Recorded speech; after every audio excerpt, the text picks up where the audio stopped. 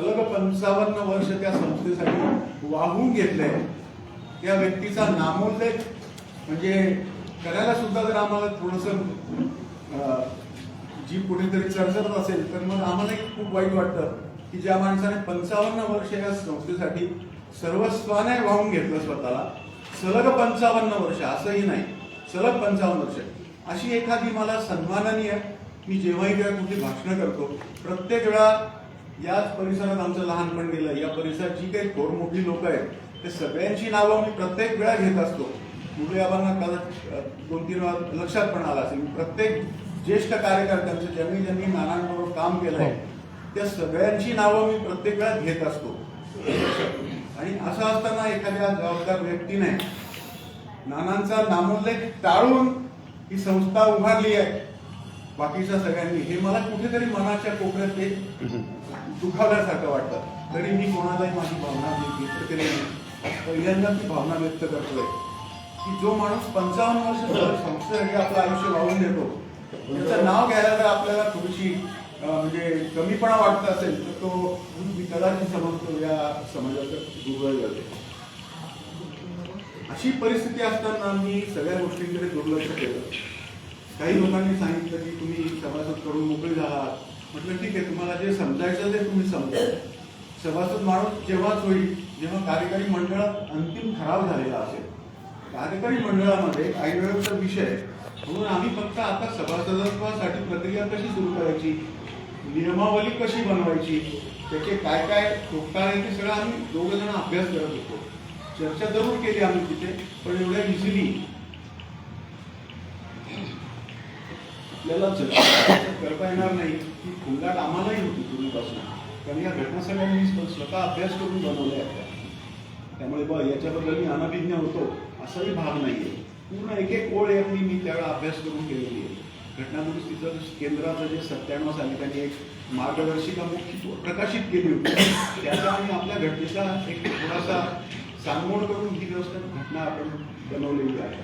असं असताना आता लोक आरोप करत होते, आम्ही शांतपणे, मला सवय नाही फारशी की आरोपांना मी रिॲक्ट कधी सहसा होत नाही, मी बऱ्याच वेळा दुर्लक्ष करतो. आणि आल्यानंतर मग सगळं मी पाहिलं, विसवरावांच्या पेपरला पाहिलं, मल्टीमीडियावर जे काय चाललं होतं ते सगळं पाहिलं. मला म्हणजे खूप वाईट वाटलं की इतक्या आपण उथळपणे विचार करू शकतो आणि मला बोलायची कुठलीही संधी न देता माझ्याबद्दल काय बरं वाईट जे काय छापायचं ते छापून टाकलं, ते मी मान्य करायला तयार आहे. मला त्याच्यावर काही रिॲक्ट पण व्हायचं नाही. पण ज्या पद्धतीने ते झालं की एखाद्या व्यक्तीला, फक्त एखाद्या कुटुंबाला टार्गेट करून ते सगळं काही चाललं होतं, हे मात्र मला निश्चित लक्षात आलं. आणि तरी पण मी कुठलीही रिॲक्शन, जाहीर रिॲक्शन कुठेही दिली नाही. आज पहिल्यांदा कदाचित माझ्या भावना मला व्यक्त करणं गरजेचं वाटतं.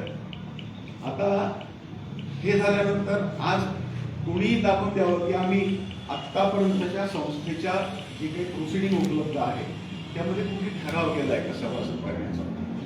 सभासद करण्याचा ठराव केलेला नाही. सभासद करण्याचा ठराव का नाही केला, कारण आपल्याला जी त्याला म्हणून कॉपी सभासद अर्जाची जी काही प्रत आहे ती संस्थेने उपलब्ध करून द्यायची आहे, म्हणजे ती जबाबदारी आमची आहे. तर आम्ही तो सभासदाचा आग्रह आपण त्याच्यावर विचारच केला नाहीये, तर ती तुम्हाला तरी देणार कुठली. आणि सभासद अर्ज करताना त्याची सगळी काळजी घेऊन करावं लागणार आहे. आज बाहेर जे काही सभासद अर्ज तयार करण्यात आले ते तुम्ही सगळेजण बारकाईने बघा, माझं काहीच म्हणणं नाही, बारकाईने बघा. त्यामध्ये संस्थेचे दोन्ही नोंदणी क्रमांक आहेत का, बारकाईने बघा तुम्ही, असतील तुमच्या नंतर बघा तुम्ही. त्यामध्ये संस्थेचा कोऑपरेटिव्ह ऍक्टचं मेन्शन केलंय का कुठे, चॅरिटी ऍक्टचं कुठे मेन्शन केलंय का. तुमच्याकडे असले तुमच्या मित्रांकडनं मागून घ्या आणि माझ्या या बोलण्याची सत्यता आहे की नाही खात्री करा. आपल्या संस्थेचे 2 रजिस्ट्रेशन्स आहेत. कुठल्याही आपल्या लेटर पॅडवर संस्थेच्या या घटनेवर प्रत्येक वेळा त्या नोंदणी क्रमांकांचा उल्लेख केलेला आहे आणि ते अधिकृत आहे. तर ह्या दोन्ही नोंदणी क्रमांकाशिवाय जर कोणी सभासद बनवण्याचा अर्ज परस्पर बाहेर तयार करून घेत असेल तर तो सुद्धा एक प्रकारे संस्थेच्या म्हणजे या घटनेचा भंग आहे. पण या गोष्टी आम्ही रोज अशा बोलायच्या कमी आहे. कुठेतरी एका ठिकाणी कॉमन व्यासपीठावर आपण ते मांडलं पाहिजे या भावनेने मी आज बोलतोय. पहिली सुरुवात की जो अर्ज करायचा असतो संस्थेच्या सभासदत्वाचा तो अर्ज संस्थेकडून संस्थेच्या कार्यालयातून तो मिळवायचा असतो. परस्पर बाहेर छापून कुठल्या तरी दुकानाने त्याच्या झेरॉक्स करायच्या आणि त्या भरभरून वाटायच्या, तर हे मुळात कायद्याला अभिप्रेत नाहीच आहे. अशा पद्धतीने जर आपण सभासद करणार असू तर मग त्या कार्यकारी मंडळाला आणि या इथे जे काही मार्गदर्शन दिलेलं आहे या दोन्ही पुस्तकांमध्ये, त्या मार्गदर्शनाला आणि या घटनेला काही सांगितले त्याला काही अर्थच उरत नाही. जी सर्वात पहिली चूक जर झाली असेल तर एक तर आपण अति घाई केली, विनायक जाऊन आम्ही सभासद करून मोकळे झाले आहेत ते, आणि आता फक्त आपलीच पाळी आली आहे, फक्त आपणच उरलो आहोत. तर या आवेशाने ते सभासद केले गेले. एखाद्या म्हणजे व्यासपीठावरनं, राजकीय व्यासपीठावरनं असं घडावं याबद्दल मला थोडं मनोमनी वाईट वाटतंय. मी जाहीर त्याचं काही अवलंबना करत नाही, पण मला मनोमनी खूप वाईट वाटलंय की एखाद्या राजकीय व्यासपीठावरनं, बरं आपण आवाहन करतो तालुक्यासाठी, आपण आवाहन करतो जिल्ह्यासाठी, पण आता ठीक आहे आपली संस्था ही प्रायव्हेट म्हणजे ज्याला म्हणू आपण लिमिटेड संस्था आहे. तर लिमिटेडचा अर्थ आपलं कार्यक्षेत्र डिफाईन करावं लागतं. जेव्हा आपण रजिस्ट्रेशन करतो संस्थेचं त्यावेळेला कोऑपरेटिव्ह ॲक्टच्या दृष्टीने ही लिमिटेड संस्था आहे का अनलिमिटेड आहे. अनलिमिटेड म्हणजे तुमचं महाराष्ट्र राज्य कार्यक्षेत्र किंवा त्याच्या बाहेर पण आपण जेव्हा लिमिटेड म्हणतो म्हणजे आपलं कार्यक्षेत्र आपल्याला डिफाईन करावं लागतं, आणि ते कार्यक्षेत्र जळगाव जिल्हा आहे. आपल्या संस्थेचं कार्यक्षेत्र हे जळगाव जिल्हा आहे. तर जळगावच्या अगदी कोकणाच्या सभासदांपर्यंत आहेत की नाही तिथे, पण कार्यकर्त्यांपर्यंत ही ज्याला म्हणून व्हिडिओ क्लिप जाते, आणि कुठल्या तरी लांबच्या आपले जे तालुके आहेत, रावेर असेल, एरंडोल असेल किंवा अजून त्याच्या तिकडचे तालुके, या तालुक्यातनं इथे सभासद करून घेण्याची काही कारण नाही. त्या सभासदांना किंवा सभासद म्हणण्यापेक्षा त्या व्यक्तींना आवाहन पण करण्याची गरज नाही. जरी आपला ऍक्ट हा ओपन टू ऑल आहे, पण त्यालाही मर्यादा आहेत ना. आपलं संस्थेचं कार्यक्षेत्र हे 3 तालुक्यांपुरतं मर्यादित आहे. जरी परवानगी आपण जिल्ह्याची घेतलेली आहे, पण प्रत्यक्षात जर कार्यक्षेत्र पाहिलं तर आपलं मोस्टली आपला चाळीसगाव तालुका आहे, भडगाव तालुका आहे आणि पाचोरा तालुका आहे. हे आपलं संस्थेचं खरं कार्यक्षेत्र आहे. तर या कार्यक्षेत्रातल्या सभासदांना आपण आवाहन केलं तर काही वेळ समजू शकतो, पण मग कधीतरी लांबच्या एखाद्या तालुक्यातला सभासद आपण व्हा असं आवाहन करतो, तर ते कुठेतरी संस्थेवर त्याचा बर्डन येणार आहे याचा विचार न करता आपण केलेलं स्टेटमेंट असतं ते. आता मला जे काही म्हणजे मला 2-3 बँकाच्या मॅनेजर्सचे फोन आले की तुम्ही काही स्कीम काढली आहे का. आपल्या संस्थेबद्दल काय झालंय, मागच्या इलेक्शनला जे काही घडलं ना, लोकांना रात्रीतून 50-50, 40-40 हजार मिळाले. तर थोडक्यात कसं होतं की 500 रुपये दिले तर आपल्याला 2 वर्षात 40,000 मिळणार आहे. इतकं मोठं गणित सगळ्यांनी करून की 500 रुपयाचे 40,000 होणार आहे काय. आणि ही बातमी सर्व तालुकाभर पसरली, आणि असाही तालुका आपला सगळ्यांना ज्ञान आहे की कशा पद्धतीने मागच्या निवडणुका लढवल्या गेल्या. तर ही भावना सगळ्या कॉमन मॅनच्या डोक्यात भिनली आहे की राष्ट्रीय विद्यालय म्हणजे आता पैशांचा पाऊस, आणि त्या भावनेने ही एवढी गर्दी झाली आहे. म्हणजे एक आपली सर्वसामान्य शिक्षण संस्था आहे, तिथे काही डिव्हिडंड नाही आहे, कुठला शेअर नाही आहे. ही आपली अनुत्पादक संस्था आहे जिथे नो प्रॉफिट नो लॉस बेसिसवर आपली संस्था चालते. तिथे नफ्याचा किंवा तोट्याचा हिशोबच नाही आहे. आपण जे देतो ते आजीवन सभासदत्व देतो, आपण काही शेअर देत नाही. तिथे बँकेसारखा किंवा पतपेढीसारखा शेअर नाही तिथे, किंवा हाऊसिंग एखाद्या स्कीमसारखा तिथे शेअर असतो. तो शेअर हा ट्रान्सफरेबल असतो कुटुंबामध्ये. पण हे आपण फॉर्म भरतानाच आपला आजीवन सदस्यत्व असा आपला फॉर्मचा नमुना असतो. तो फॉर्मवर पहिल्या वर मायनाच कसा असतो की आजीवन सभासदत्व आहे. ही व्यक्ती हयात आहे तोपर्यंत सभासद, ही व्यक्ती निवडल्यानंतर त्या सभासदाचा क्लेम पुढचा कोणी करू शकत नाही, हा त्यामागचा भाग आहे. तर ही सगळी वस्तुस्थिती असताना खूप मोठ्या प्रमाणात म्हणजे बँकांनी मला 3-4 बँकांनी फोन केले की काय चाललंय तुमच्याकडे. म्हटलं आमच्याकडे काहीच नाही. मला पण आनंदित नाही म्हटलं हे असं का चाललंय. आणि मी 3 दिवस नसल्यामुळे नंतरही मला सारखे फोन येत राहिले वेगवेगळ्या बँकाचे. त्यांना म्हटलं हे आम्ही काही सुरू केलेलं नाही, तर मी त्याबद्दल नाही सांगू शकत, पण आमच्या संस्थेमार्फत ती स्कीम कुठलीच नाही. ते एवढं मी त्यांना प्रामाणिकपणे सांगितलं. आता सहज विचार केला काही. मी आता काल वकिलांकडे गेलो होतो, तिथे मला 1-2 जण भेटले. ते तुमच्याकडे 28,000 सभासद झाले, म्हटलं मला आकडा तुमच्याचकडनं कळतोय पहिला. गावात मी ऐकलं होतं 20,000 22,000 इथपर्यंत, हा एवढा 28,000चा आकडा मी पहिल्यांदाच ऐकतोय. तर कळेल म्हटलं काळाच्या. मग आम्ही कल्पना केली की सगळेजण फीडबॅक देत आहेत की तुमचे 25,000 सभासद होणार आहे. आधीच आपल्या ऑलरेडी 3,000च्या आसपास आहे. त्यातले 300 माहीत सोडले आपली संख्या कदाचित 2700वर येईल कदाचित. तर 2700 आपले सभासद आहेत आणि सगळेजण सांगतात की जवळजवळ 22,000 डिमांड ड्राफ्ट्स घेतलेले बँकांमधून. नुसती 40 तालुक्यातल्या नाही, तर इतरही शेजारच्या तालुक्यांमधून वगैरे डिमांड ड्राफ्ट्स आलेले आहेत. तर इतकी मोठ्या प्रमाणावर ही मोहीम राबवली गेली. आणि मग आम्ही विचार केला की 25,000 जर सभासद झाले आणि आधीचे 3,000 सोडून देतोय आपण रेकॉर्डवर जर आहेत समितीच्या, तर एक कॅल्क्युलेशन केलं मी की इतके जर सभासद झाले किंवा इतक्या सभासदांना परवानगी दिल्या गेली तर काय होणार संस्थेचं. तर दरवर्षी आपल्याला इतक्या सभासदांना अजेंडा द्यावा लागेल.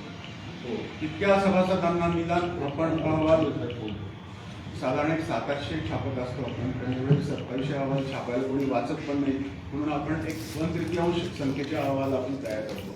तर आपण अजेंडा जरी पाठवायचा ठरवला, अजेंडा साधारण ₹1.5 पडतो छापून. म्हणजे आम्ही बापू सांगतात तसा गव्हर्नमेंटचा रेट नाही सांगत आहे, हा संस्थेचा ओरिजिनल रेट सांगतोय. गव्हर्नमेंटचा रेट बापू म्हणजे 5 पट असतो. मग तुम्ही ते ₹1.5 कशाला लावला, मग तुम्ही ₹6 लावा म्हटलं. नाही, आपण ₹1.5 छापतो तर ₹1.5 लावतो.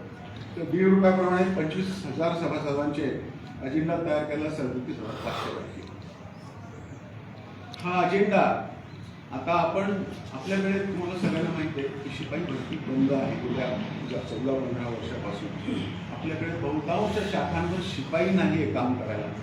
बऱ्याच वेळा क्लर्क किंवा एखादा शिक्षक बेल वाजवण्याची वस्तू होती. तुम्हालाही सगळं माहिती असेल. तर मनुष्यबळ आपल्याकडे प्रचंड कमी झालं आहे. क्लर्कची संख्या मोजकीच आहे, कारण त्यांनी क्लर्कचंही या आकृती बंधामुळे त्यांनी संख्या कमी केली आहे. MD सर सांगतील क्लर्कची संख्या पण खूप कमी केली सरकारने. आपल्याकडे क्लर्क अगदी मोजके आहेत प्रत्येक शाखेवर.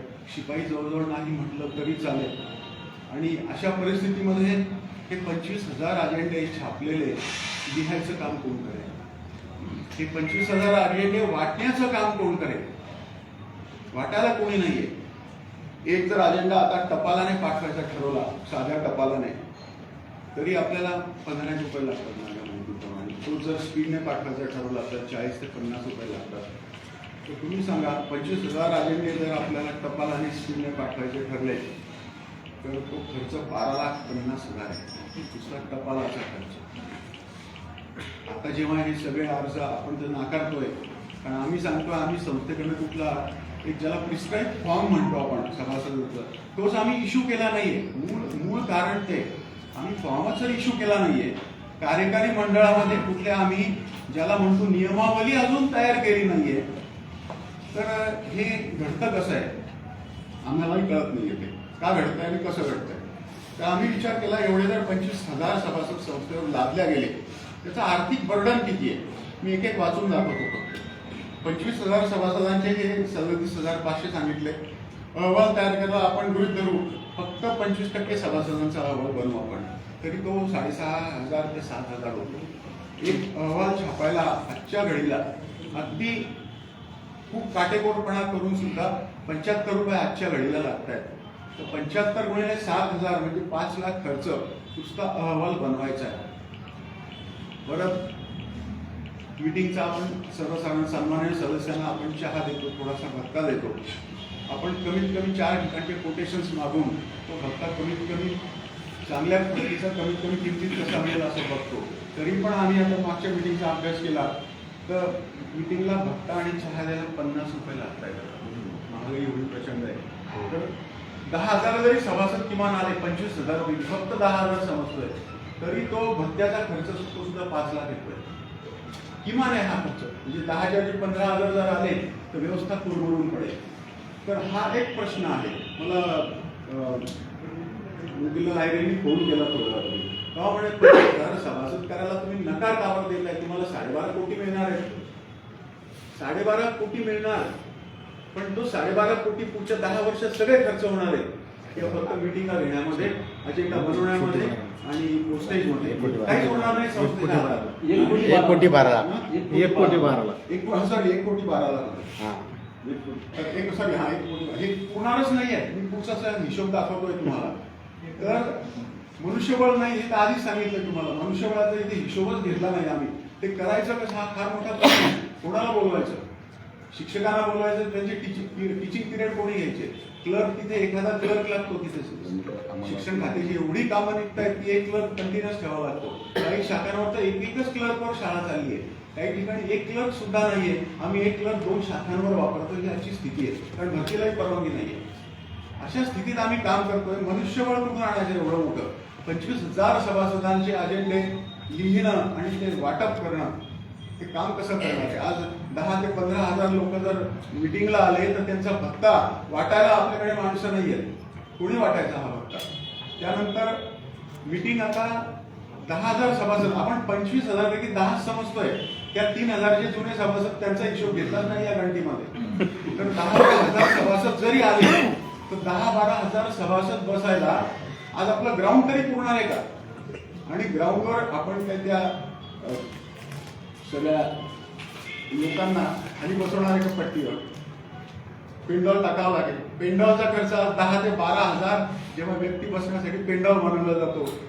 आम्ही त्याचा खर्च 2.5 लाख झाला. बापू म्हणे तुम्हाला काही समजत नाही म्हणजे राजकारणातलं. हा खर्च 5-6 लाख जाणार आहे म्हणे. कमीत कमी 10 लाख समजा म्हणे.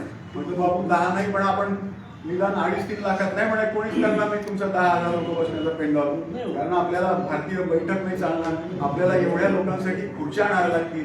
खुर्चीचा रेट आज 10 रुपये चाललेला आहे ट्रान्सपोर्ट धरून.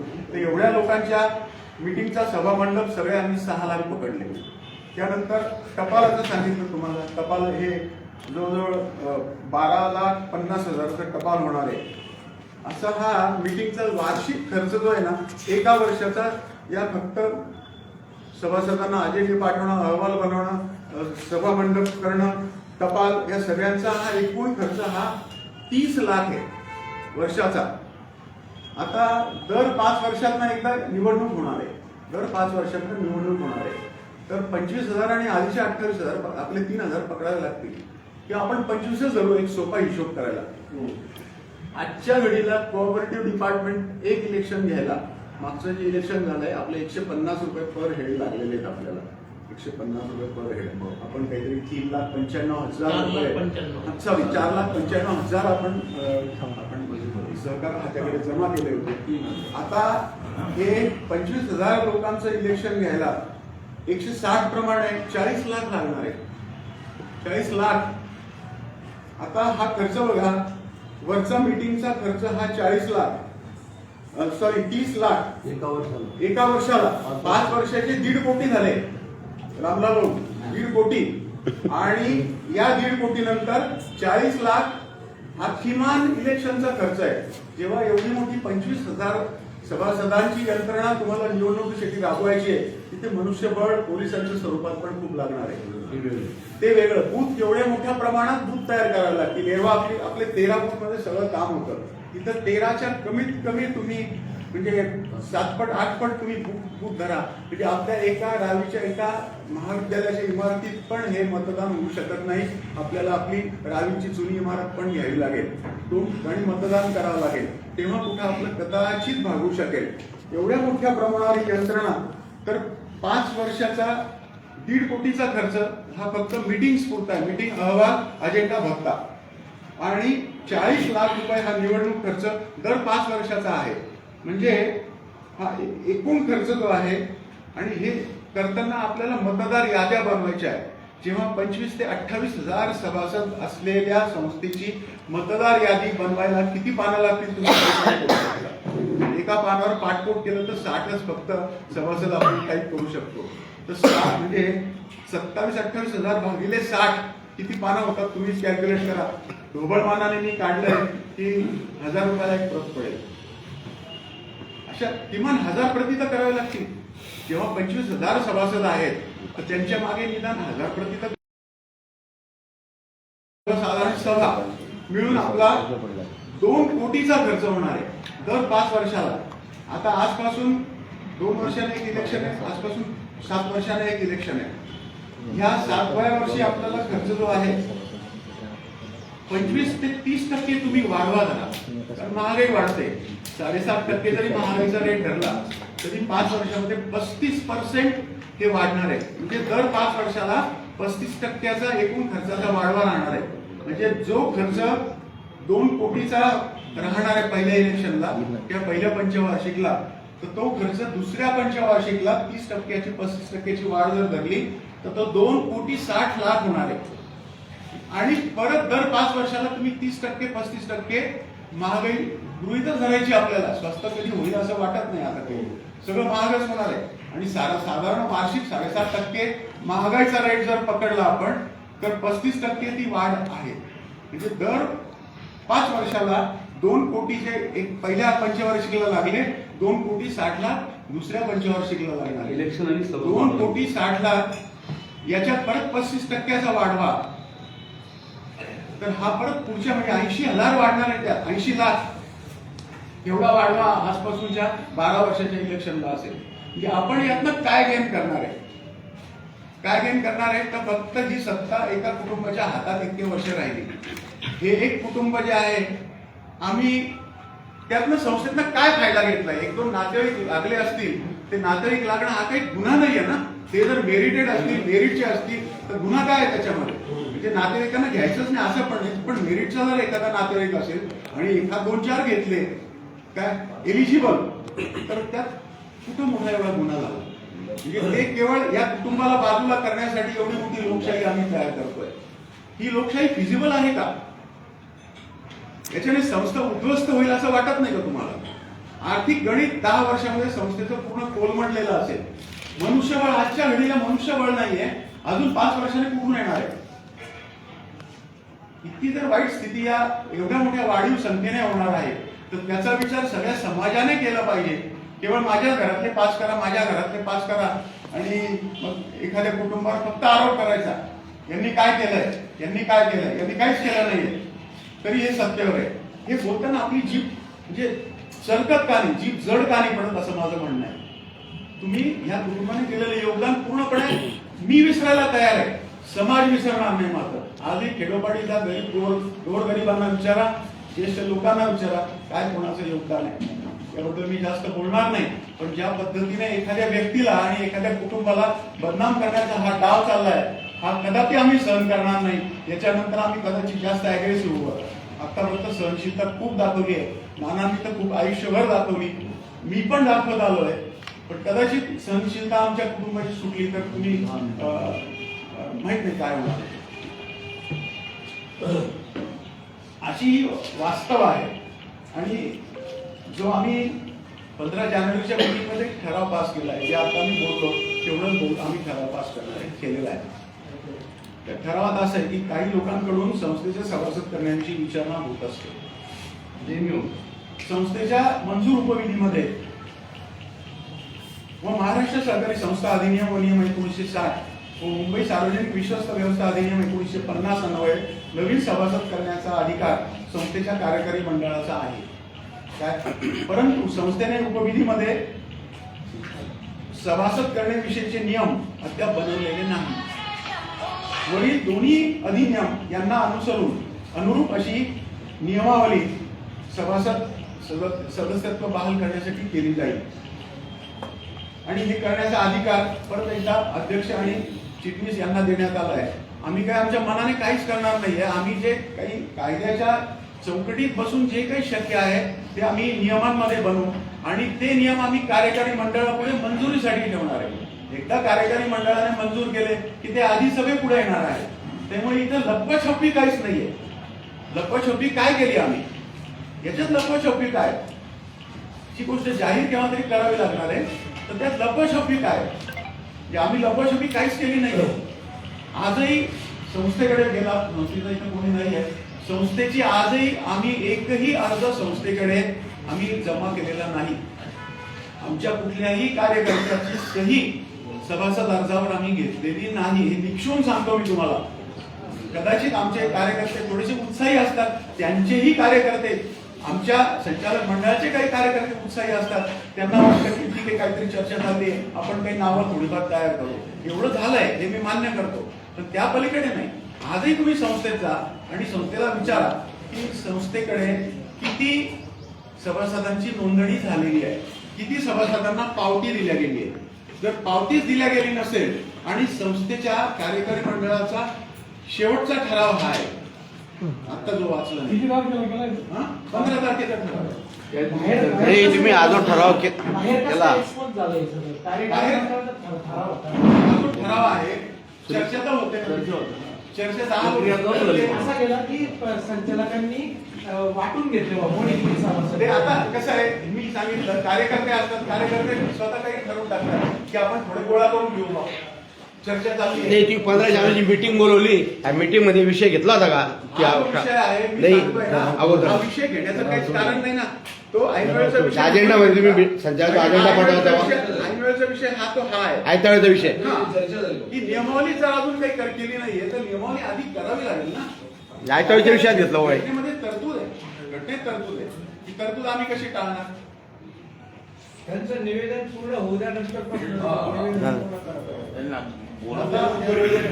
त्यानंतर चर्चा व सूचनांसाठी कार्यकारी मंडळ सभेपुढे ठेवण्यात येईल आणि सदरील नियम बहुमताने मंजूर झाल्यानंतर अधिक सभेपुढे मंजुरीसाठी ठेवण्यात येतील. त्यात बहुमताने सभासदांच्या मंजुरीनंतर सदरील नियम अंमलात येतील.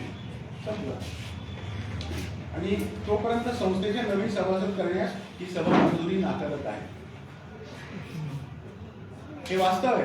आता ही मीटिंग आटोपल्यानंतर मी माझ्या हॉस्पिटलच्याही कामात व्यस्त असतो आणि मी निघून गेलो नंतर 4 दिवस.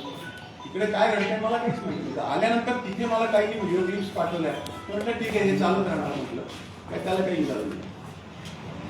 आजही या मिनिटाला मी अतिशय जबाबदारीने स्टेटमेंट करतो की आम्ही कुठल्याही सभासदाच्या सदस्यत्वाची पावती फाडलेली नाही. कुठल्याही सभासदाचा फॉर्म अजून आम्ही भरून घेतलेला नाही, सही सुद्धा घेतलेली नाही अजून. तर हे असा मी खुलासा केला आहे. आणि तुम्हाला शंका असेल तुम्ही विचारू शकता. आता विचार कोणाला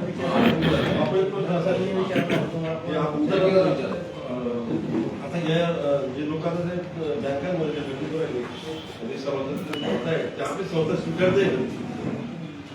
आता त्यावरही DDR साहेबांनी पत्र दिले आपल्याला. कारण काय तिथे आपल्याला सामान्य लोकप्रतिनिधी तक्रार केली की संस्थेमध्ये सभासद ऑलरेडी झालेले आहे. त्या सभासदांचा किती सभासद झाले, काय झाले याचा डाटाबेस तुम्ही संस्थेकडे मागवा आणि किती लोकांचे अर्ज नाकारले सांगा. DDR साहेबांचं मागण्यामध्ये परवा पत्र आलं. 28 त्यांनी पाठवलंय, 28 दुपारी आम्हाला मिळालं ते. 29 आम्ही पत्र त्यांना लिहून मोकळं झालं. 29 दुसऱ्याच दिवशी पत्रामध्ये फक्त 2 गोष्टी सांगितल्या की अजूनही आम्ही कुठल्याही सभासदाचा सदस्यत्वाचा अर्ज नाकारलेला नाही. कारण 29 तारखेपर्यंत कोणी आमच्याकडे अर्ज आणून दिले नव्हते. अर्ज आणून दिले नाही तर नाकारण्याचा विषय नाही. आणि त्यांनी खाली तो अधिनियम दिला होता 23 सेक्शन की या नियमाखाली तुम्ही कोणाचंही सदस्यत्व नाकारू शकत नाही. तर आम्ही त्यांना लिहिलं याची आम्हाला जाणीव आहे. एखाद्याचं सदस्यत्व नाकारायचं की नाही हा विषय फार नंतरचा आहे. तरी कार्यकारी मंडळाला काहीतरी निर्णय घेऊ द्या, त्याला नियमावली बनवू द्या, त्याला अर्ज तयार करू द्या, त्या अर्जाची विक्री होऊ द्या. त्या विक्रीनंतर आम्ही नाकारलं तर तो वेगळा पुढचा प्रश्न आहे. अर्जाची विक्री नाही, अर्ज तयार नाही, अजून नियमावली तयार नाहीये, कार्यकारी मंडळाने कुठला निर्णय घेतलेला नाहीये, तर विषय येतो कुठे? उद्या कोणी वर्षभर तेव्हा कोणी येईल आणि अर्ज घेऊन जाईल, कसं करायचं आहे का आपल्याला? तसं नाही करू शकत. आणि संस्थेचं स्वास्थ्य राहील का? आणि एकाच वेळेला जर 25,000 सभासद अख्ख्या तालुक्यातून फक्त 5 दिवसात झाले तर उरलेल्या 6 महिन्यामध्ये अख्खा तालुका आणि अख्खा जिल्हा होऊन जाईल ना. करायचं का ते आपण? कुठेतरी संस्थेच्या आर्थिक स्वास्थ्याचा, संस्थेकडे उपलब्ध असलेल्या मनुष्यबळाचा, या सगळ्या गोष्टीचा विचार करावा लागणार आहे. बापूसाहेब मोठ्या समाजात 1.5 लाख 2 लाख सभासद आपण अख्खा तालुका करून टाकू. शहराचे 1 लाख आणि ग्रामीण भागाचे 2 लाख, हे 3 लाख झाले. अजूनही उरलेले करू आपण शहराचे बाजारचे तालुके, हरकत नाही. पण ते केल्यानंतर खरंच लोकशाही राहणार आहे का जिवंत? संस्थेची आर्थिक घडी विस्कटणार आहे का सुधारणार आहे? आणि एवढे 3 लाख सभासद आल्यावर त्यांचं तोंड कोण देणार आहे? बापू साहेब तुमचा मुद्दा समज एक प्रश्न विचारतो तुमचा मुद्दा समजला आता आम्हाला. संस्थेची इज्जत याच्यात गेलेली आहे आणि तुमच्या संस्थेची बदनामी झाली असं तुमचं म्हणणं आहे थोडक्यात. बरोबर आहे. आणि तुमच्या कुटुंबाचं पण आहे ना हो, बरोबर. मग याच्याविषयी तुम्ही आता काही कायदेशीर कारवाई करणार का? आम्ही कुठलीही कायदेशीर कारवाई करणार नाही. तेवढी भरपूर सहनशीलता परमेश्वराने आम्हाला दिली आहे. सगळ्या भावनांना बापूसाहेब. आम्हाला खूप दिली होती, आम्हाला पण दिलेली आहे. पण आपणही विचार केला पाहिजे एखाद्या कुटुंबाचं स्वास्थ्य कारण एवढं बिघडवायचं का, याचा विचार केला पाहिजे ना. तुम्ही आम्हाला आता 3 वर्ष झाले सरांना मला तिथे येऊन पदाधिकारी. आम्ही तर लोकशाही मार्गाने आलोय. तिथे काही कोणी कौटुंबिक पद्धतीने घुसवलंय का आम्हाला? बापूसाहेब. हे इलेक्शन अगदी बिनविरोध झालंय. तसं आहे का काही? सगळ्यांनी 2 पॅनल होते, तिसरं पॅनल होतं. सगळ्यांनी आपापल्याकडे लोकशाहीकडे मतं मागितली आहे आणि आम्ही निवडून आलोय. त्याच्यात चुकीचं काय? त्यात कुटुंबाचा काय संबंध आहे? बापूसाहेब, हे जो डीडी आहेत आता डिमांड ड्रॉप जे डिमांड केल्यानंतर दिला जाणारा हा ड्रॉप आहे. डिमांड ड्रॉप आता लोकांनी काढले ते तुमच्या संस्थेच्या नावाने काढले. नाही तेच म्हणायचंय मला, तुम्ही पूर्ण ऐकून घ्या. तुमच्या संस्थेच्या नावाने काढलेत. मग आता ते तुम्ही स्वीकारणार का? डिमांड ड्रॉप स्वीकारणार नाही. बरोबर. दुसरा महत्वाचा विषय हा आहे या ठिकाणी. डिमांड ड्राफ्ट हा काही एकटा नुसता देणार नाहीये. प्रमोद बाबूंच्या हातामध्ये संस्थेमध्ये द्यायला डिमांड ड्राफ्ट बरोबर अर्ज आहे. तो अर्ज त्या संस्थेने बनवलेला आहे का अधिकृत? हा प्रश्न निर्माण. तोच प्रश्न मी पुढे करतोय. जो अर्ज आहे बापू, अर्ज तुम्ही आहे ना पळवाट आहेत. तो जो अर्ज आहे तो अर्ज बाहेरच्या एक्स दुकानावरून एक्स झेरॉक्स वरून तयार झाला, एक्स कॉम्प्युटर वरून तयार झाला. बरोबर आहे. हा फोर्जरी ऑफेन्स आहे. बरोबर आहे की नाही? हा फोर्जरी ऑफेन्स आहे. तुम्ही आजपर्यंत संस्थेने 25,000वर विक्री अर्ज झाले असताना एक साधं पोलीस स्टेशनला पत्र का दिलं नाही? तर तो प्रश्न हाही चर्चेला आलेला आहे. आता प्रश्न असा आहे, आधीच आमच्या डोक्यावर 18 केसेस आज चाललेले आहेत. सगळीकडे उत्तरं द्यावी लागतात आम्हाला. सगळ्या कोर्टांमध्ये 40गाव कोर्ट आहे, जळगावचा क्रिमिनल कोर्ट आहे, जळगावचा सिव्हिल कोर्ट आहे, जळगावचा चॅरिटी कोर्ट आहे, त्यानंतर औरंगाबादचं कोर्ट चाललेलं आहे हायकोर्ट, त्यानंतर नाशिक ट्रिब्युनल चाललेलं आहे. इतक्या ठिकाणी आम्हाला काम करावं लागतंय.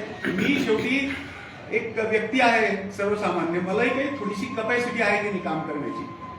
तुमच्यावर आरोप झाला, तुम्ही जास्तीत जास्त वेळ संस्थेला देतोय. तुमच्यावर आरोप झाला. 78 वय चाललंय त्यांचं. तेही त्यांच्या परीने जास्तीत जास्त काम देत आहेत. आमचे बरेचसे सदस्य आम्हाला मदत करायला कोणी परस्पर वकिलाचा सल्ला घेऊन स्वतःची गाडी स्वतःचं पेट्रोल खर्च करून जातात. किती उदाहरण. माझं म्हणायचं तात्पर्य हे, तुम्ही जर अर्ज दिला असता तर पहिल्या दिवशी डिमांड बंद झाले असते ना, कुठेतरी कमी आले असते ना त्याच्यात. ते अर्ज आम्हाला 3 दिवस मलाच माहिती नाही ना. बापूसाहेब, त्या अर्जासोबत एका वकिलाचं हे पण आहे आता. ते वकिलाचे तेही काय म्हणजे वकिला काय ठीक आहे, ते वकील पत्र दिला असेल तर काही नाही ना, आम्ही फाईट आउट आणि केसेस फाईट करतो तर ही पण करू. आणि दुसरं असं, तुमच्या संचालक मंडळात 3 वर्षामध्ये हा विषय आला नाही. तुमच्या संचालक मंडळ विषय झाल्याशिवाय हे बाहेर पडेल. झालं ना, आहे. हा हो ना. मग काहीतरी विषय झाला तुम्ही संचालक मंडळात, तेव्हा लोकांना कळलं की बुवा असं एक गुपचूप सभासद करतायत बुवा, असं जनतेचं म्हणणं आहे. सभा बाहेर चर्चा या मी काय सांगतोय, यापूर्वी बी असा गुपचूपचा प्रकार काही झालेला आहे का? यापूर्वी बी असा गुपचूपचा प्रकार काही झालेला आहे का तुमच्या राज्यात, त्यांच्या राज्यात? आता थोडंसं नाजूक प्रश्नावर येत आहे. आता आमचा कार्यकाळ हा जानेवारी म्हणजे 20 जानेवारी 23ला सुरू झालाय.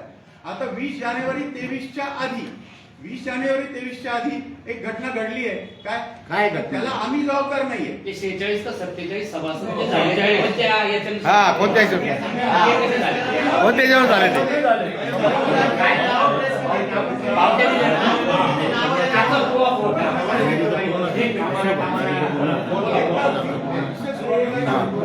की तो जो कार्यकाळ आहे म्हणजे आता एप्रिल 2020 ते साधारण चेअरमन निवड झाली आपली 20 जानेवारी 23ला. हा कार्यकाळ आमचा नाहीच आहे. म्हणजे तेव्हा झालेत ना, मग म्हणजे पावत्या तर दिल्या. पावत्या दिसतात आम्हाला. हो, तुमच्या मतदार यादीमध्ये त्यांची नाव आहेत का? आमच्या बॅलन्स शीटला आजही दिसतंय. त्या पावत्या दिसत आहेत ना. पुढच्या पत्ता घेतलं ते नावं कोण कोण आहे बापू, समजा आम्हाला 47 लोक कोण कोण आहेत?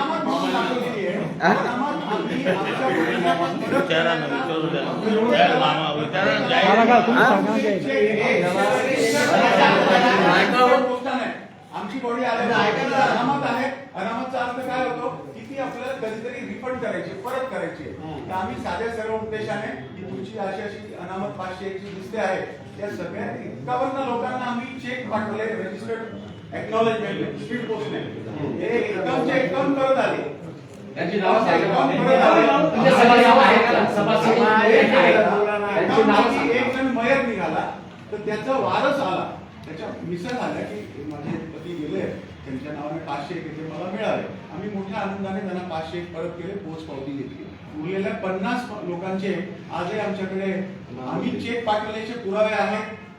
त्यांचे ज्याला म्हणू आपण सभासद अनामत पावती अशा नावाने, सभासद पावती नाही, फक्त अनामत रक्कम हे सभासद नाही, एवढंच सांगायचं. अशा पद्धतीने ते आजही आमच्याकडे त्या पावत्या आहेत.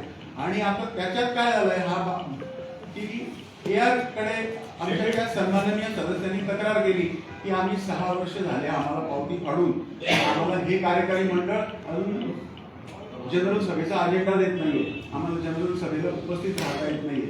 हे पत्र आम्हाला आता 22 तारखेला मिळालंय. 22 तारखेला मिळाल्यानंतर ते पत्र आम्ही सगळं डिटेल अभ्यास केला सगळा की इथे आमचा दोष काहीच नाहीये. जे काही घडलं ते मागे घडून गेलंय. जे लपून छपून आरोप आमच्यावर होत आहेत, तर ते आरोप जर 2020 साली जाहीर झाले